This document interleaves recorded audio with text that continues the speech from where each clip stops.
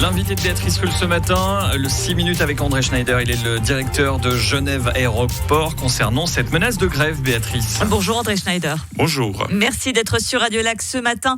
Le conseil d'administration de l'aéroport doit décider dans un peu plus de 3 heures s'il accepte ou pas ce nouveau système de rémunération des employés. Les employés, eux, ils sont déjà quasiment devant l'aéroport. Ils se réunissent dans une demi-heure devant le parking Kiss and Fly pour montrer leur désapprobation.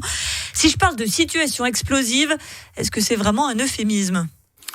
Écoutez, c'est en tout cas une situation très difficile et avant de continuer d'expliquer un peu, j'aimerais déjà exprimer mes regrets et nos excuses de la part de Genève Aéroport pour les potentiels problèmes que cet mouvement en ce moment va générer.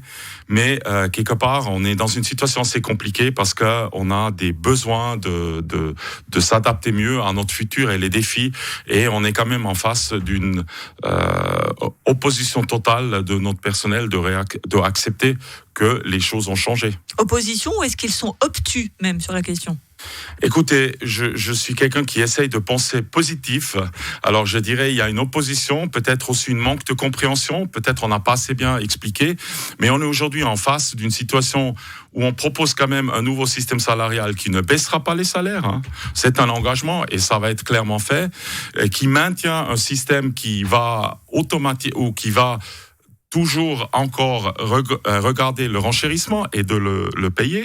Mais il n'y aura plus la progression. Non, mais par contre, la progression qui aujourd'hui est plus que le double que la progression future de l'aéroport économiquement, ce qui est quelque chose qui n'est pas tenable, elle doit s'adapter à la situation future de l'aéroport parce qu'il faut quand même se rappeler, nous ne sommes pas subventionnés, nous avons besoin d'investir dans nos infrastructures qui sont en train de vieillir. Je rappelle juste, le terminal principal est de 68, il est vraiment en bout de course et là on est dans une situation où quelque part nos employés veulent maintenir une progression annuelle de 2,5% pour 20 ans, plus une prime fidélité qui est largement en dessus de ce qu'on va pouvoir augmenter en revenus. Mais on entend quand même que pour les personnes concernées, ça fera environ 200 personnes, pour être bien précis. On peut comprendre que ce soit quand même difficile à avaler, ça.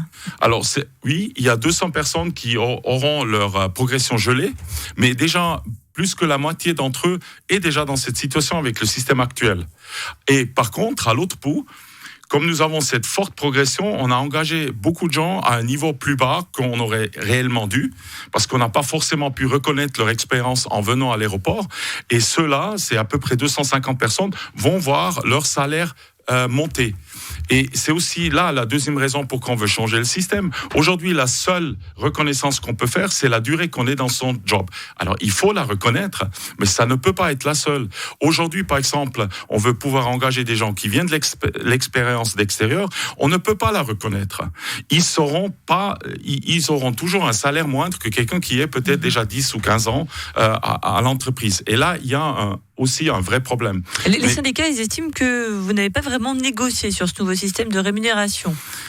Alors, écoutez, il faut quand même dire, la première réflexion qu'on a fait, vous sent un peu agacé, là.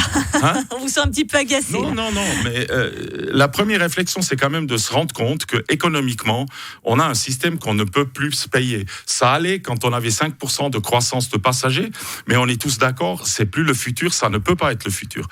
Et ça, c'est une décision que j'estime qui appartient au management et au conseil d'administration. C'est notre responsabilité d'assurer que notre entreprise tourne dans un contexte pérenne. Ce qu'on voulait discuter, c'est comment on va répondre à ce défi. Mais finalement, nos partenaires sociaux n'ont jamais voulu accepter qu'on a ce besoin de changer, c'est-à-dire que cet écart entre la progression salariale et la progression économique de l'entreprise n'est plus dans une relation pérenne. Et de ce fait-là, nous, on n'a pas pu négocier. On est d'ailleurs sortis frustrés. On a même rallongé la phase de négociation ou de discussion parce qu'on voulait vraiment essayer de trouver une solution. Mais on n'a jamais pu dépasser le stade où ils nous ont dit « on ne vous croit pas ». Vous gagnerez dans le futur plus. Ils expliquent que l'aéroport est en situation de monopole. C'est vrai que Genève, la concurrence la plus proche, c'est quoi ? Peut-être Lyon en France, et c'est quand même pas la porte à côté. C'est vrai qu'on peut l'entendre, ça, qu'il n'y a pas trop de concurrence pour Alors, le monopole qu'on a, c'est qu'on a la concession pour opérer un aéroport. Mais après, si une compagnie aérienne vient ou pas, ce n'est pas du tout notre choix. C'est leur choix qui vont faire une analyse. Si venant à Genève, c'est économiquement intéressant pour eux, si les coûts qu'on leur fait payer pour venir ne sont pas trop élevés. Et là, de nouveau, on est dans la même situation. Nous devons un concurrentiel. Et je rappelle juste, 50% de nos revenus sont ce que payent les compagnies aériennes et les passagers comme redevance. Les compagnies aériennes pourraient déserter l'aéroport de Genève très honnêtement. Il y a des compagnies qui ne viennent pas à Genève parce qu'ils estiment que c'est trop cher de venir à Genève. Et de ce fait-là, nous devons négocier cette contribution, cette redevance. Et là, je ne peux pas gagner de l'argent avec. Je dois juste couvrir mes coûts et je dois les justifier. Alors, vous voyez, quelque part, on doit quand même répondre à des raisons de marché. C'est pas comme si vous êtes fournisseur d'électricité. Il n'y a aucun autre qui peut. Aujourd'hui, une compagnie aérienne, quand elle vient voler dans la région, elle va regarder si c'est mieux à Lyon, si c'est mieux à Bâle, si c'est mieux à Zurich, si c'est mieux à Milan, ou si c'est mieux à Genève. De ce fait-là, on ne peut pas parler de monopole. Ça, c'est une ancienne pensée qui était peut-être juste il y a 20 ans, mais elle n'est plus juste du tout aujourd'hui. Juste pour terminer, d'un mot, on l'a bien compris, on se dirige vers une grève, peut-être même une grève longue. Comment on fait quand on est passager, là ? Alors d'abord, il faut s'informer. Nous allons publier sur notre site internet, sur notre app, toutes les informations. Il faut garder le contact avec sa compagnie aérienne parce qu'elle informe aussi quelle est sa réaction. Et en dernier point, j'aimerais quand même dire, nous avons déjà commencé et nous allons tout faire pour réduire l'impact. On ne peut pas le faire disparaître. Et je répète encore une fois, je m'en excuse de ces désagréments qui vont être générés et qu'on n'a absolument pas cherché. Mais et finalement, nous espérons quand même que nous sommes capables de gérer ça au mieux possible, parce que je rappelle quand même, nous avons aussi d'autres parties de l'année où il peut y avoir des situations météorologiques ou des grèves ailleurs qui font qu'on doit s'adapter. Alors, on va essayer de faire ça au mieux, mais je répète, la meilleure manière, c'est d'aller sur le site internet de Genève Aéroport, sur l'app, ou alors et des compagnies aériennes. Merci beaucoup André Schneider, directeur de Genève Aéroport. Réponse s'il y a grève ou pas, donc d'ici 11h ce matin.